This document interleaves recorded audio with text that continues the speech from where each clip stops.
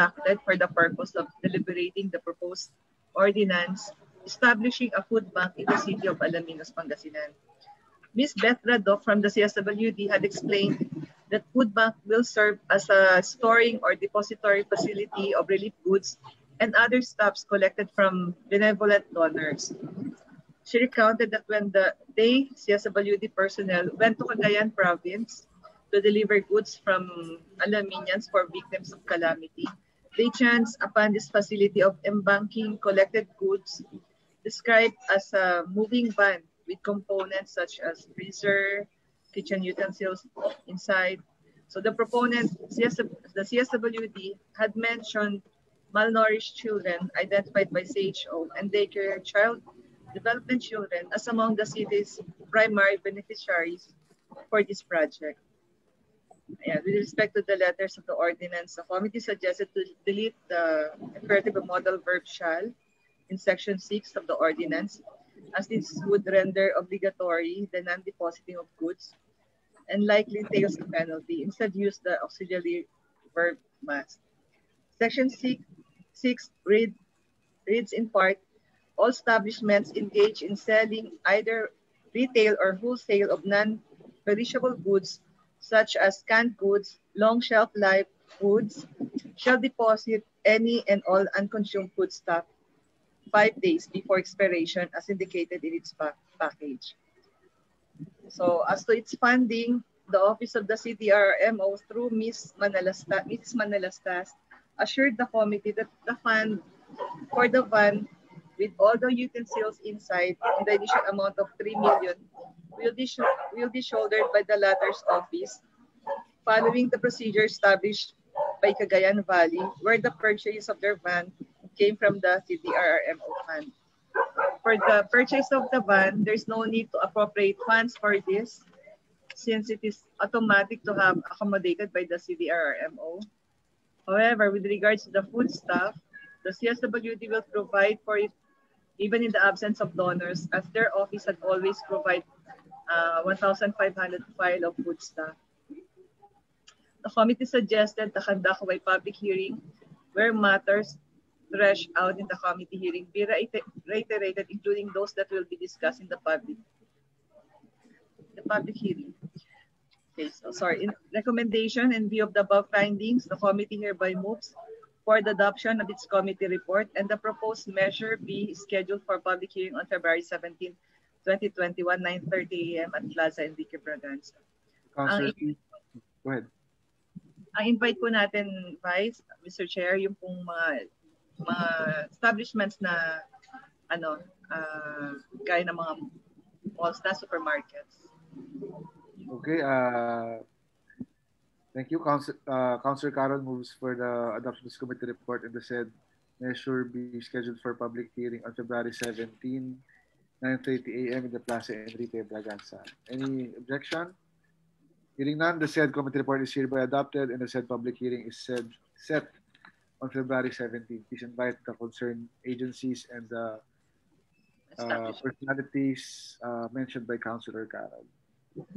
Okay, Councilor Verna, can you hear us now? Councilor Verna? We cannot hear Councilor Verna. Isa pang, please provide a phone or a mobile. Baka yung mic nung ano. Ito. Waiting room. Councilor? Nagko-connect. Councilor Verna, can you hear me? Okay, so we proceed to item number 9. Madam Secretary. Joint Committee Report on the hearing held on January 27th regarding resolution authorizing City Mayor Art Brian C. Celeste to enter into a memorandum of agreement by and between the City Government of the City of Alaminos, Pangasinan and the City Government of Cauayan, Isabela for the training partnership that would explore more opportunities in promoting goodwill and understanding as well as other socio-cultural and economic aspects of development. Councilor Rilo Radok, is that recognized? Hindi po maririnig.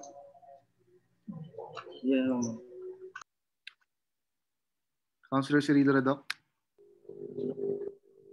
Yes, Mr. Chair. The hearing was conducted on January 27, 2021. Present were Councilors Berna Rabago and Caroline Dizon, the representatives from the office of the CDRRN, represented by Ms. Manalastas, Mrs. Manalastas, and the City Legal Counsel. As a brief background, the request for the aforesaid resolution stemmed from benchmarking conducted by the city through its representatives in the city of Kawayan, Isabela. Mrs. Manalastas narrated that after their visit, the group have conceptualized the idea to pursue a sisterhood partnership in the city of Kawayan, Isabela, considering that the latter had been a multi-awarded city in Region 2 and a National Hall of Fame awardee. Mrs. Manalastas expounded that by engaging in a direct interaction via sisterhood partnership with the city of Kawayan, will open a window opportunity for the city of Alaminos to become an awardee similar to what the city of Kawayan had achieved. She opined further that our city will benefit with such partnership since a lot of best practices and ideas were found in the system worthy of emulation. The committee clarified about the term of the MOA, which is only 2 years following the date of its execution. The same committee further clarified as to how many times that an LGU will enter into a sisterhood agreement. Mrs. Manalastas, however, gave no definitive responses to both verifications, but stated that she will coordinate with the cities would be partner the city of Kawayan. The city legal officer stressed that sisterhood partnership does not exist in the local government code, but it is a practice being adopted among cities and municipalities for the purpose of sharing one's ideas and consequential benefits derived from it. In view of the above stated findings, Mr. Chair, the committee hereby moves for the adoption of its committee report. This measure be elevated on the business of the day for deliberation. Okay, Councilor Radoc, sige. The Councilor Radoc moves for the adoption of this committee report.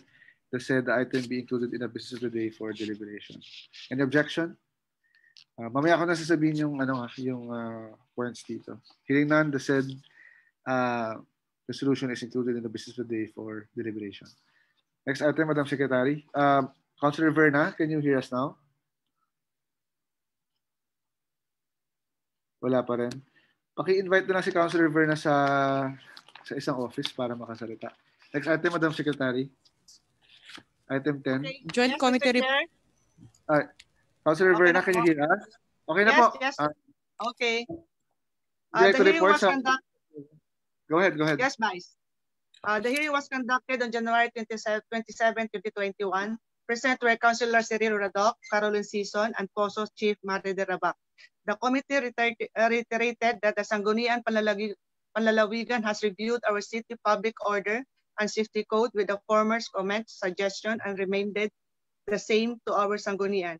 Hence, the committee called the said hearing for the purpose of soliciting responsive answers for insight from all concerned offices of the LGU of Alaminos and line agencies of the government. Sangguniang Panlalawigan comments. The committee suggested the conduct of another committee hearing and invite the primary concerned offices representative, such as the Bureau of Fire Protection, City Legal Office, POSO, and the BPLO for these purposes. In view of the above stated findings, the committee hereby moves for the adoption of each committee report and the proposed measure be scheduled for another hearing. Kailan niyo po gusto, ma'am? Yes. Kailan po niyo gustong Yes, Mr. Chair. I move to schedule a committee hearing regarding these items on February 18 at 10 a.m. in the morning.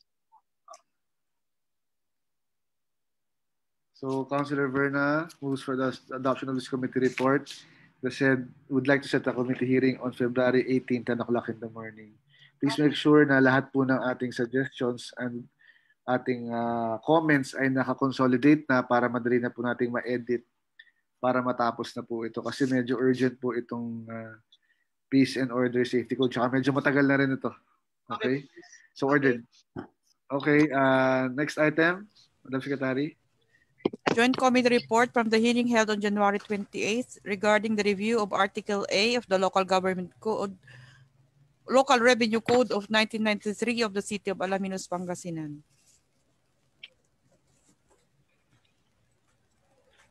Sino natin dito? Yeah. Sino natin dito? Yes. Councilor Rabago? Ikaw ba? Ay, hindi. Ano lang, yeah. Councilor Radok, sir. Ako yata ang kondito. Councilor Radok, sorry. Yes, sir. Committee hearing was conducted on January 28, 2021. Present were the representatives from the Office of the Budget, Treasurer, Accounting, and the Licensing Office. The committee reiterated during a previous public hearing held in connection to this. Stockholders were requesting the waiving, discounting, and storing of the rentals during the pandemic, of which the city have granted the request by an ordinance. Yet, the same public hearing, one of the audience mentioned that they were paying their taxes quarterly. Likewise, report from the meat vendor section have reached the committee manifesting that their payments were the same as if the concession has no effect at all. Thus, review of Article A of the City Revenue Code of 1993 becomes necessary. Madam Sherry Lacroix explained to the committee that their basis for the collection of business taxes for 2021 is the actual sales of 2019. Dapat 2022 and or 2020. And those who have already paid the business tax for 2021 will be entitled to a deduction of their taxes for the next year. However, Ms. Lacroix required them to reduce in a black and white to have their basis since some businesses were closed during the lockdown. The committee suggested conduct of public hearing where all matters related to the subject will be traced out. In view of the above findings, the committee hereby moves for the adoption of its committee report and recommended that the proposed measure be scheduled public hearing on February 4, 2021 at 9 a.m. at Plaza Enrique Braganza. Okay, Councilor Radok moves for the adoption of this committee report. Meron ba correction, Councilor Radok? Yung 2020? Yung kasi ang basis dapat ng 2020 is 2019. Yung 2021 dapat 2020. Ganun po yan. Okay, please take note, Madam Secretary, sa correction sa committee report. Baka na-mistype lang. So, Councilor Radok moves for the adoption of this committee report and the said item be scheduled for a public hearing on February 4, 9 o'clock in the morning in the Plaza Enrique Braganza. Please make sure na mag-announce po tayo regarding this just because revenue code po itong di-discuss natin. So any objection? Hearing none, the said committee report is hereby adopted and the said public hearing is set on Feb 4, 9 o'clock in the morning at the Plaza Enrique Braganza. Next item, Councilor Verna. Madam Secretary. Joint Committee report from the dialogue held on January 28th regarding the issuance of Fire Safety Inspection Certificate. Councilor Verna.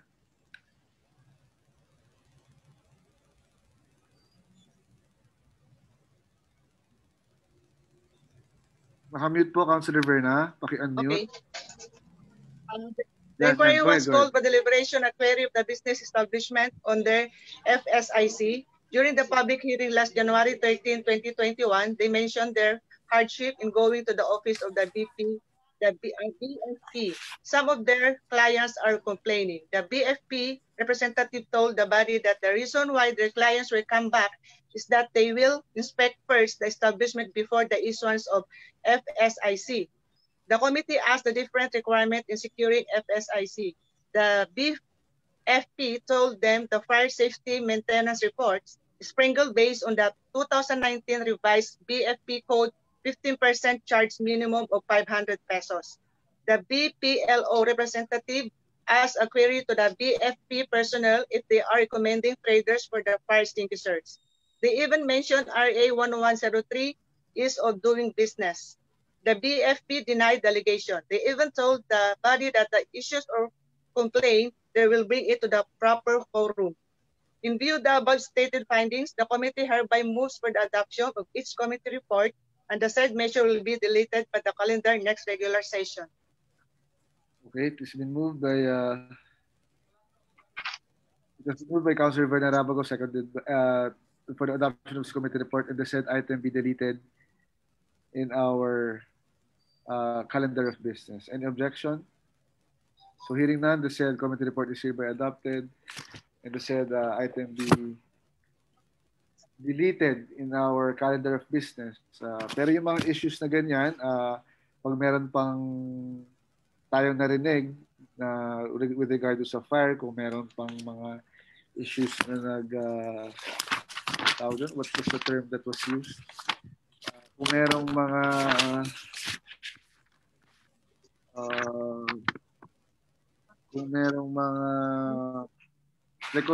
if they recommend traders or yung mga issues na sinasabing mali ang pagsagot ng mga nasa boss, so we have to dialogue and reprimand them na sana they answer properly to our constituents. Okay, next item, Madam Secretary. Now we proceed to the business of the day. Under unfinished business, we have the proposed resolution number 2021-012, resolution authorizing City Mayor Art Brian C. Celeste to enter into a confidentiality agreement by and between the City Government of Alaminos, Pangasinan and AstraZeneca Pharmaceuticals Philippines Incorporated for the procurement of COVID-19 vaccines. So, just for the information of the body, as per a message from our city administrator, kasi humingi po tayo ng document na sinagsasabi na ito po ang requirement ng AstraZeneca para mag-enter into negotiation. As per sabi po ng ating city administrator, wala pa pong documents / list of requirements from AstraZeneca. Kasi allegedly parang hindi sila mag-engage or hindi sila mag-engage or mag-negotiate with us unless meron itong confidentiality agreement na ito. So wala pa tayong information kung ano yung price, ano yung dosage, efficacy, etc. kung wala po ito. So ang understanding ko dito, this is just an initial agreement para hindi lumabas yung negotiations. Pero once mag-agree sila, the local chief executive, I think, will still secure or will be needing an authority to enter into tripartite agreement between the LGU Alaminos, AstraZeneca, and another entity. So ano bang, to the lawyers, may I refer this kung okay na ba ito o what should we do about this? Mr. Chair, in my humble opinion, it is worth a try to pass this resolution considering that we have less options. So anyway, this is just a preparatory step. I think naman bago sila mag-enter into MOA, they will secure authority from the Sangguniang. Yes. Anyway, this is just an initiatory part of the possible agreement later on. So okay. On my part, I humbly convinced my distinguished colleague to at least give a try for this matter. Okay, wait. Antay natin si Councilor Apple kasi nagpapas. Councilor Apple? Yeah. Anong battery? Councilor Apple? Narinig niyo kami? Yes, Vice. Ayan, itong confidentiality agreement na pag-usapan na kung ang sabi ni admin dito, wala pang documents or list of requirements from AstraZeneca. Hindi sila mag-engage sa atin sa negosasyon kung wala po itong confidential agreement. So pinag-uusapan po kung pwede naman nang ipasa ito since bago man pumirma si Mayor, hihingi ulit siya ng authority ng Sangguniang. Okay, Vice. Oo. As Chairman, para alam mo lang rin. Yes okay? po. Okay. So it has been moved by Councilor Alfred Felix de Castro. Any second? Seconded by Councilor Ranoy, Councilor De Leon, Councilor Sison, Councilor Segundera, Councilor Bernabe for the adoption of the said resolution. Any objection? Hearing none, the said resolution is hereby adopted. Next item, Madam Secretary. Resolution reiterating that necessity to install suggestion boxes in all offices under the local government unit of the City of Alaminos, Pangasinan, and enjoining all department heads and section heads to install accessible suggestion boxes in their respective offices. Okay, Councilor Doc.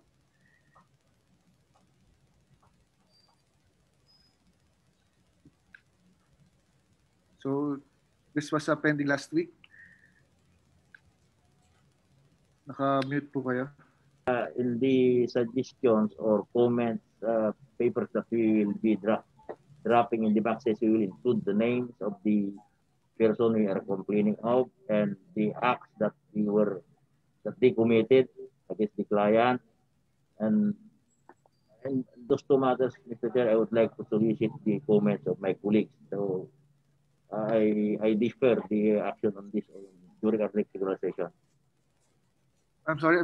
Ano ulit yun, sir?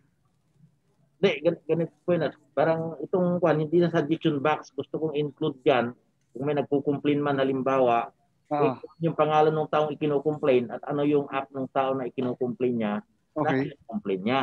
Okay.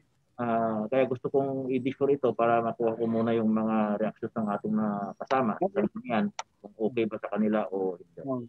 Okay. So, what do you think our good counselor is suggesting to put na magkaroon tayo ng suggestion box about opisina para kasi nga tuloy-tuloy po yung ating mga complaints, no? Meron po tayong complaints doon sa Bureau of Fire, meron tayong complaints doon sa boss center natin na medyo matagal, meron tayong complaints doon sa mga ibang employees na pagiging hindi masyadong courteous.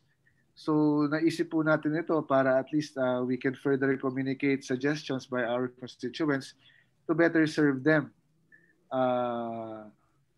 properly with the services of our LGU. So, content po guys, it will serve as deterrence to mga ibang di ba? Alam nilang meron ganon, medyo ayusin nila yung mga kilos na. Yes. Siguro, pwede rin natin ilagay na weekly isubmit yung mga complaints na yan sa HR department para at least ma-actionan yung concern, ma-refer nila kung kaninong department yung medyo may complaint, masagot man, tama man o hindi, di po po. Opo. So, i-defer pa natin o approve na natin? Mas gusto ko i-defer, Mr. Defer. Yung ibang mga kasama natin, makapagbigay pa ng kanilang inputs. Okay. Sige po. So, that is a suggestion of Councilor Radok. So, let us defer the said item in our next regular session with the updated draft and yung mga lahat ng gusto nating ilagay or format kung ano yung magiging itsura nung parang suggestion or complaint form. So, ordered. Okay. Next item, Madam Secretary. Resolution requesting City Mayor Art Brian C. Celeste to cost the immediate repair or maintenance of secondary roads or streets under the jurisdiction of the city within the Central Business District in the City of Alaminos, Pangasinan. So this is the one that is na in-author ko, na sinuggest ko last session na isu-sponsor ni Councilor, sinabi kong i-sponsor ni Councilor Verna. Pwedeng ibahin ko lang yung title na siguro, di ba dati nag-submit kasi tayo ng mga roads, di ba? Ang dami na nagko-complain rin dito na sana maayos naman yung sa Central Business District and Barangay Poblacion. So may I include in the title na resolution requesting City Mayor Art Brian C. Celeste to cost the immediate repair maintenance of secondary road streets under the jurisdiction of Barangay of the City or Barangay Poblacion. Jurisdiction of the city, especially Barangay Poblacion, especially within the Central Business District of the City of Alaminos. Paki-include po yung Barangay Poblacion. Para mas specifically, kasi yung Central Business District, that will cover Palamis and part of, I think, the external parts of already of Central Business District. More of sa Poblacion. Okay na lang, Madam Secretary. Okay, Councilor Verna, any motion?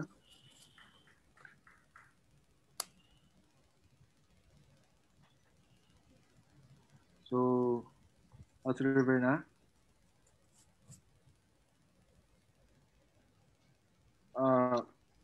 Councilor Verna? Yes, Mr. Chair. Approve na I natin. move the adoption of the said items. Okay, it has been moved by Councilor Verna Rabago. Any second po? Yung mga taga-poblasyon dyan. Seconded by Councilor Segundera, Councilor De Castro, Councilor Season, Councilor Ulbacay, Councilor Pereira, Councilor Ranoy, for the adoption of the said Para may resolution. sige. Any amendments? Madam Secretary, please also include in the resolution that this resolution would resolve further requests or parang sinasabi sa engineering na gumawa na ng program of work regarding the said rehabilitation para meron na tayong action dito. So resolve further, the City Engineering Office is tasked to create the program of work for the said secondary roads. Okay, ito siguro lagay natin yung mga secondary roads, specifically yung mga sira-sira. Ilista na lang natin.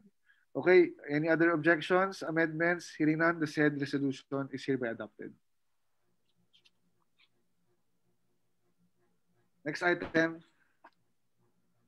Resolution approving the purchase or procurement of 12 units of multi-purpose vehicle to be utilized by the barangays in the city, specifically for Ronda Rescue, Roving, and Mass Transport, amounting to 13,068,000 pesos. Councilor Raul Bacay.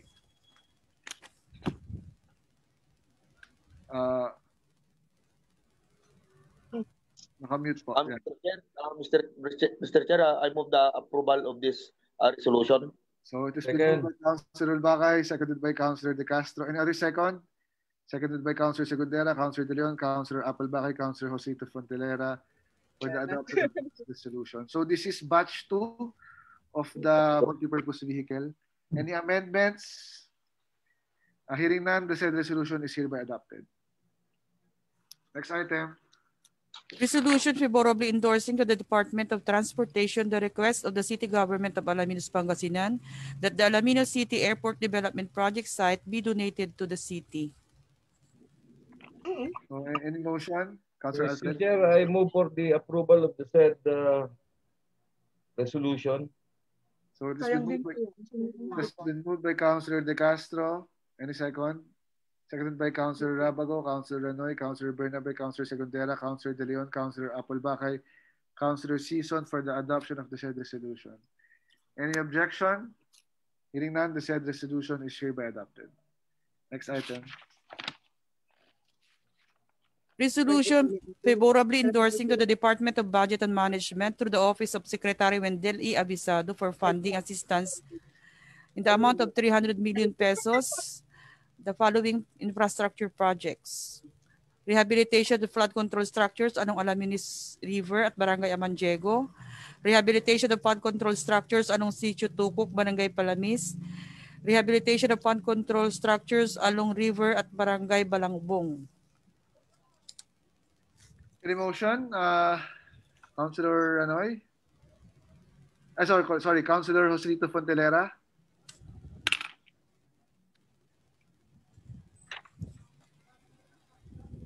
Mr. Chair, no more suggestion for the approval said resolution.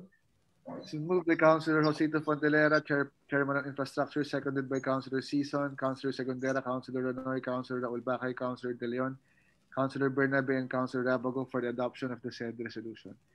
Any amendments, objections? Hearing none, the said resolution is hereby adopted. Next item. Last. Resolution granting authority to the Sangguniang Panglungsod members, Councilor Alfred Felix De Castro and Councilor Rosario Lubiradog, to engage in the private practice of law. So these are two separate resolutions, Madam Yes, Secretary. sir. Yes, sir. Any motion? Councilor Robel Ranoy?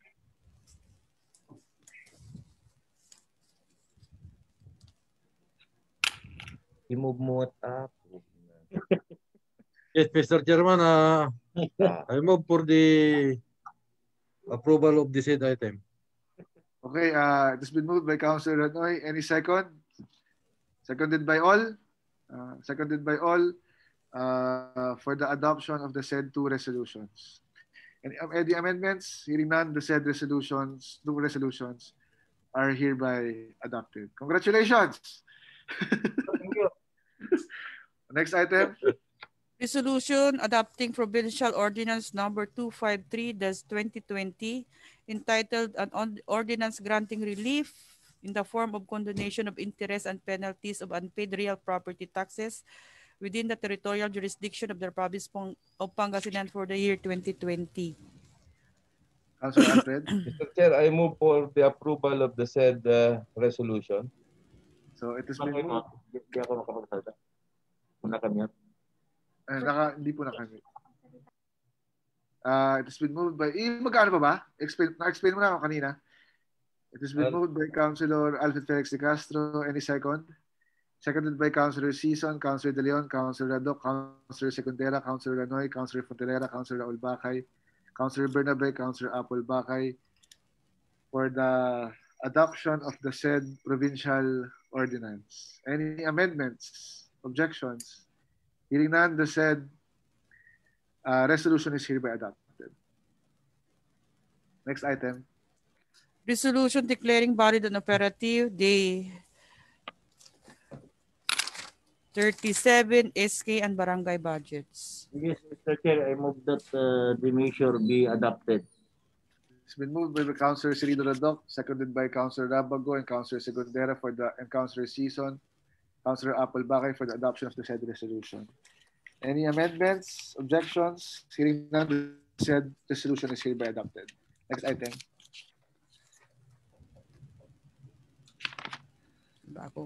Resolution authorizing City Mayor Art Brian C. Celeste to enter into a memorandum of agreement between the city government of the City of Alaminos, Pangasinan and the city government of Caguayan, Isabela for the twinning partnership that would explore more opportunities in promoting goodwill and understanding as well as other socio-cultural and economic aspects of development.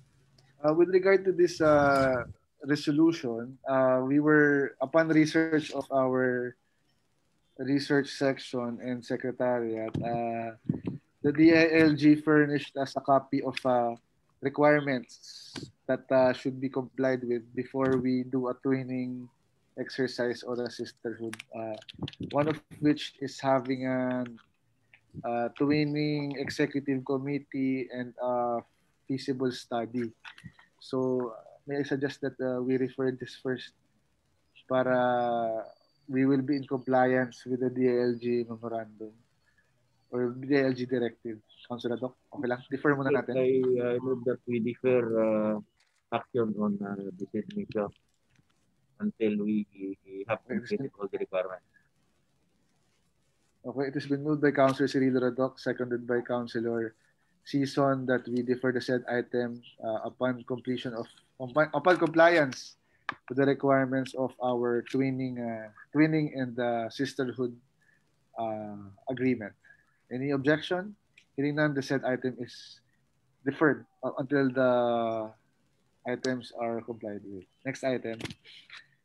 Second reading of the resolution authorizing City Mayor Art Brian C. Celeste to execute a deed of donation in favor of the National Bureau of Investigation for parcels of land previously donated to the city by Boltex Development and Realty Corporation.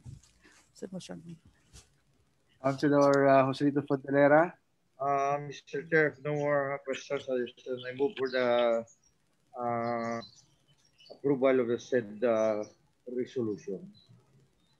It has been moved by Councilor Joselito Fontanera. Any second? Seconded by Councilor Ranoy, Councilor Segundera, Councilor Raul Bacay, Councilor Alfred Felix de Castro, Councilor De Leon, Councilor Season for the adoption of the said resolution. Councilor Bernabe and Councilor Apple Bacay. Any objection? Amendment, discussion. Hearing none, the said resolution is hereby adopted. Next item. Third and final reading of the ordinance amending Section 2 of City Ordinance Number 2020-19, granting concessions to the rentals of commercial stalls owned by the local government unit of the City of Alaminos, Pangasinan. Yes, Mr. Season. Yes, if there are no comments regarding the said ordinance, I move for its approval. Okay, it has been moved by Councilor Season. Co-sponsor ba? Ako, Attorney Radok? Yes, Mr. Chair. Co-sponsor. Co-sponsored by Attorney Councilor Cirilo Radok. Any second? Seconded by Councilor De Castro, Councilor De Leon, Councilor Apple Bakay, Councilor Bernabe for the enactment of the said ordinance. Enactment of the said ordinance. Amendment discussion. Hearing none, the said ordinance is hereby enacted. Sinong author nito? Silang dalawa rin? So, both authored and sponsored by the two councilors. Next item. Announcement po.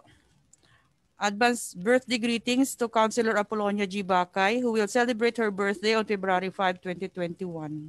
February 9. Thank you. Happy birthday, Councilor Apple. Thank you, thank you. Thank you sa cake, guys. Andyan ba? Umabot ba yung cake? Umabot dyan? Thank you, thank you. Okay, galing. Okay. Blow yung cake. Dapat mag-blow. Na-blow na. Na-blow na. Thank you. So, okay. So, next item, meron pa ba? Sana po, sir. Mr. Chair. Yes, Councilor. Ay, meron pa. Yung kay Councilor, yung privilege kanina. Oo. Privilege. Yung tricycle. Ay, oh yes. Yung ano. Resolution requesting. Resolution requesting. Actually, ang meron kasi tayong ordinance. Na nasa ordinance ngayon is, I think, number coding. Pero we're in the process of amending it. Merong initial proposal na hindi na effective ito. Gagawin na lang. Ay, sorry. Tama ba? Kita niya ako. Yes, po. Kapitan, ano yung ano ngayon? Parang color coding ngayon, di ba? Hindi yung parang coding na. Yung 1, 2, 3, 4, ganon. So basta we are in the process of amending our ordinance. Tapos na-suspend din yan lahat because of COVID nga. So para magkaroon tayo ng policy na ma-implement yung ating number coding, so while waiting for our ordinance, siguro we'll request for an executive order or gawa na ng senior. So siguro part of the resolution, Madam Secretary, isuspend natin yung part na yon ng ordinance. Kasi nasa ordinance yan eh. Parang sa ordinance parang naka-color coding tayo. So part of the ordinance, we have to put na we are suspending the color coding to give way for number coding. While waiting for the approval of the said ordinance. At saka even tayo, Vice. Add even. Dito na. Basta ganoon. Basta may current system, isususpend natin para doon sa new system, gagawing add even. Add even tayo ngayon. Tama? Add even tayo ngayon. Pero ang mangyayari, magiging color code, magiging number coding. Magiging coding system po. Yung 1 saka 2, Lunes. Okay. Okay, so, okay. Did you get that, Madam Secretary? Yes, sir. Okay, so, Pero, sir, pwede ba yun? Sir, is the Sanggunian going to request the city mayor an executive order? Pwede naman na po niyang gawin yun without the power of without the request of the Sanggunian kung yun ang gusto nila. Pero i-suspend na lang natin yung... Yun na nga, sir. Kung suspension lang po sana, okay lang po. Suspend natin yung current system natin, yung current policy. Pero si Attorney Walter daw nagsabi. Si Attorney Walter po nagsabi po na kailangan i-resolution na lang requesting doon kay Mayor Brian, sabi sa nung meeting namin doon sa Tricycle Task Force. Sir. Paano yun? Requesting the city mayor? To issue an executive order daw, sir. Naririnig ako? Yes. Yes, sir. Executive order suspending ordinance? Hindi, sir. Implementing e-coding system. The Sanggunian will request the mayor to issue an executive order implementing a number coding system. Correct nga, pero may ordinance tayo na... Yes, sir. Parang hindi tama eh. Yes, sir. Executive order isuproceed niya yung ordinance eh. Kaya nga po, sir. Amin lang ng another ordinance. Kung ganun ang tayo ang gagawa, hindi si Yes, sir. Tayo ang gagawa dapat. Hindi, i-suspend lang natin yung Mr. Chair, i-suspend lang natin yung existing ordinance na add sa ka-even. Pag isususpend ba natin, kailangan ordinansa rin. Ordinansa rin dapat, no? Resolution ginagamit natin. Sir, supposedly it's an ordinance. Pag temporary, pwedeng resolution. Yes, sir. Yun po ang ginagamit nyo ngayon. Temporary po. Temporarily suspending. Oo, temporary suspended. Habang ginagawa natin yung Mga ilang months kaya? 3 months, 6 months na? Hanggang June 30, gano'n? 6 months. Okay lang ba yun, Madam Secretary? Yes, sir. Kayo po. Nasa atin yun. Nasa inyo po kasi sa akin lang naman, sir, is bakit tayo magre-request ng executive order when in fact you are the policy making body of the... Let's not make an executive. Let's not request for executive. Ano ako, sir? Tama naman. Mag-ano na lang tayo, Kap Bakay, mag-resolution tayo, temporarily suspending yung ano na yun. Yung item na yun. Provision ng ordinance na yun. Coding. Yung provision ng ordinance. Yung add sa ka-even. Tapos, pag nasuspend na natin yon, gawa na siya ng executive order ng bagong policy. Oo, sige. Okay lang. Wala pa bang direktiba, Councilor Bakay, sa dalawang pasahero ng tricycle? Wala pa. So, siguro 3 months muna. Para ano? Sige. 3 months. Madali naman mag-extend lang ulit eh. Sige po, Mr. Chair. Thank you. So, do we have a working title, Madam Secretary? Sir, bigyan nyo na lang muna ako. Resolution. Kasi titignan ko muna, sir, yung if the current coding system natin is done through a resolution or through an executive order. Hindi po kasi ako sure. So, temporary, yung working title, sir, is resolution temporarily suspending the implementation of the odd-even scheme. I-refer na lang natin yung section number niya. Yes, sir. Hanapin ko pa po, sir. I'm not sure of this one. Sa working title na lang po muna. Ang nangyari kasi dyan, off the record, meron tayong ordinance. Merong specific na ginawa tayong policy. Nung nangyari yung